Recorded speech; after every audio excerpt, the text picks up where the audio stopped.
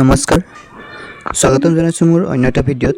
আজি মই ক্লাছ 10ৰ নতুন গণিতৰ পৰা লৈ আহিছোঁ অনুশীলনী 6.2 কৰি দিবলৈ ওলাইছোঁ।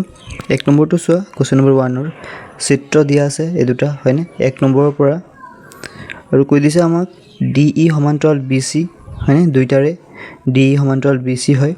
1 নম্বৰৰ পৰা EC ওলাবলৈ কৈছে আমাক, EC ওলাবলৈ কৈছে হয়নে, আৰু 2 নম্বৰৰ পৰা AD টো ওলাবলৈ কৈছে আমাক। তো কেনেকৈ কৰিব লাগিব, আমি কেনেকৈ উলিয়াব লাগিব। তো চোৱা, ইয়াৰ আগত আমি অলপ জানিব লাগিব যে এটা সূত্ৰ এটা আছে উপপাদ্য বুলি কয়, উপপাদ্যটো আমি জানিব লাগিব, থিয়ৰমছটো। তো চোৱা, মই লিখি দিছোঁ ইয়াত, এইটো হয় আমাৰ থিয়ৰমছ। তো চোৱা, থিয়ৰমছটো কি হয়, মৌলিক সমানুপাতিকতা উপপাদ্য বা থেলছ উপপাদ্য বুলি কয় হয়নে। কি হয় এইটো, চোৱা এটা চিত্ৰ দিয়া থাকিব তোমাক হয়নে, এনেকুৱা ত্ৰিভুজ দিয়া আছে, এটা চোৱা ত্ৰিভুজ দিয়া আছে, AB ৰ মধ্যবিন্দু D হয় আৰু AC ৰ মধ্যবিন্দু EC হয়, E হয় হয়নে। ইয়াৰ ক্ষেত্ৰত চোৱা AD বাই DB আমি লিখোঁ, চোৱা লিখি দিছোঁ মই AD বাই DB হয়নে। আকৌ চোৱা এইটো সমান হ'ব মানে AD বাই DB ইয়াৰ সমান হ'ব AE বাই EC সমান হ'ব। এইটো আমি থেলছৰ উপপাদ্য মতে আমি কৰি যাব লাগিব হয়নে। এতিয়া আমি এইটো হৈছে আমাৰ থেলছৰ উপপাদ্য হয়নে। এতিয়া চোৱা 6.2ৰ 1 নম্বৰটো চোৱা, মই লিখি দিছোঁ ইয়াত, আমি কৰি যাব লাগিব হয়নে।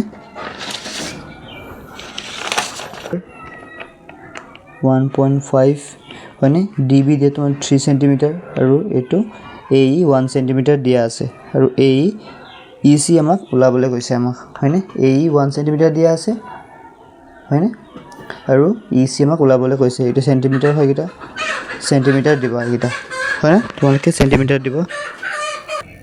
মই পাতি লৈছোঁ, চোৱা মই লিখি লৈছোঁ, চব ইয়াত দিয়া আছে হয়নে। এতিয়া আমি থেলছৰ উপপাদ্য মতে কৰিব লাগিব। চোৱা থেলছৰ উপপাদ্য মতে কি আছিলে, চোৱা থেলছৰ উপপাদ্য মতে ত্ৰিভুজটো চাব লাগিব আমি হয়নে। চোৱা কি হ'ব, AD ডিভাইডেড বাই কি হ'ব DB, ই কাৰ সমান হ'ব, AE বাই EC হ'ব হয়নে। তো লিখি লৈছোঁ মই, চোৱা লিখি লৈছোঁ। এতিয়া আমি বহাই যাব লাগিব হয়নে, মানখিনি বহাই যাব লাগিব, কাৰ কিমান মান হয় বহাই যাব লাগিব। এতিয়া চোৱা EDৰ মান কিমান হয়, ADৰ মান কিমান হয় 1.5 সেণ্টিমিটাৰ হয় আৰু DB 3 সেণ্টিমিটাৰ হয় হয়নে। AE কিমান হয় 1 আৰু EC আমি নাজানো, এইটো EC থৈ দিবা হয়নে। এতিয়া চোৱা,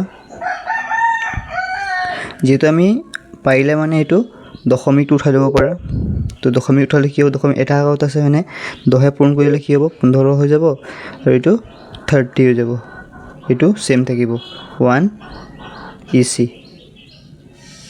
আকৌ চোৱা, যিহেতু তোমালোকে এইটো বৰ্জপূৰণ কৰি দিবা হয়নে, বৰ্জপূৰণ কৰি দিবা, নহ'লে চোৱা এইটো সৰু কৰি দিবা প্ৰথমতে, 15 × 15 15 × 2 30, তো কি হ'ব 1/2 পালোঁ আমি হয়নে। এতিয়া 1 এইটো EC, তো এতিয়া বৰ্জপূৰণ কৰি দিবা, বৰ্জপূৰণ কৰিলে কি হ'ব, চোৱা আমাক যিহেতু EC লাগে হয়নে, EC আৰু 1 পূৰণ কৰি কি হ'ব EC হ'ব, আৰু 2 আৰু 1 কি হ'ব 2 × 1 হ'ব হয়নে। তো কি হ'ব এনচাৰটো 2 সেণ্টিমিটাৰ হ'ব। তো আমি কি পালোঁ EC 2 সেণ্টিমিটাৰ। এতিয়া 2 নম্বৰটো চোৱা, 2 নম্বৰটো যিহেতু মই লিখি দিছোঁ ইয়াত, কি হ'ব এইটো AD আমাক দিয়া নাই হয়নে, উলিয়াবলৈ কৈছে আমাক, এইটো চোৱা AD আমাক ওলাবলৈ কৈছে। তাৰপিছত DB 7.2 সেণ্টিমিটাৰ, AE 1.8 সেণ্টিমিটাৰ আৰু EC কিমান দিছে 5.4 সেণ্টিমিটাৰ। তো লিখি লওঁ প্ৰথমতে আমি AD আমি নাজানো হয়নে, DB 7.2 সেণ্টিমিটাৰ, AE 1.8 সেণ্টিমিটাৰ আৰু এইটো 5.4 সেণ্টিমিটাৰ। এতিয়া আমি পাতিব লাগিব থেলছৰ উপপাদ্য মতে হয়নে, থেলছৰ উপপাদ্য মতে চোৱা মই পাতি লৈছোঁ। তো চোৱা AD আমি নাজানো হয়নে, পাতি ল'বা। তাৰপিছত DB 7.2 সেণ্টিমিটাৰ, আকৌ চোৱা AE কিমান হ'ব, AE চোৱা AE কিমান দিয়া আছে 1.8 হয়নে, আৰু 5.4 দিয়া আছে। এতিয়া চোৱা দশমিক উঠাই ল'ব পাৰিলে মানে এইটো কি হ'ব AD × 10 হ'ব যদি উঠাওঁ মই হয়নে, আৰু এইটো কি হ'ব 72 × 10 হয়নে ইফালে চোৱা 18 হৈ যাব এইটো 54 হৈ যাব দুহাই পূৰণ কৰিলে মানে হয়নে আকৌ চোৱা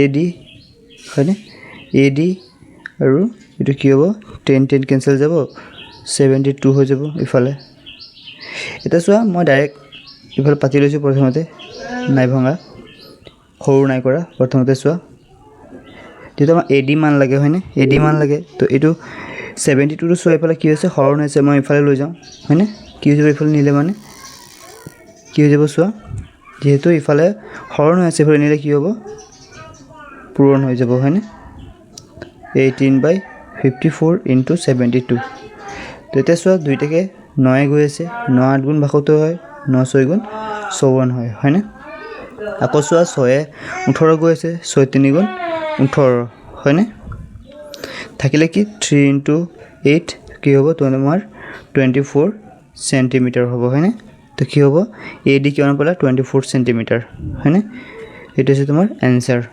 তোমাক এটো ওলাবলৈ কৈছিলে হয়নে লিখি ললো আমি তে ভিডিওটো ভাল লাগে লাইক কৰিবা শেয়াৰ কৰিবা আৰু ফলো কৰি লবা থ্যাংক ইউ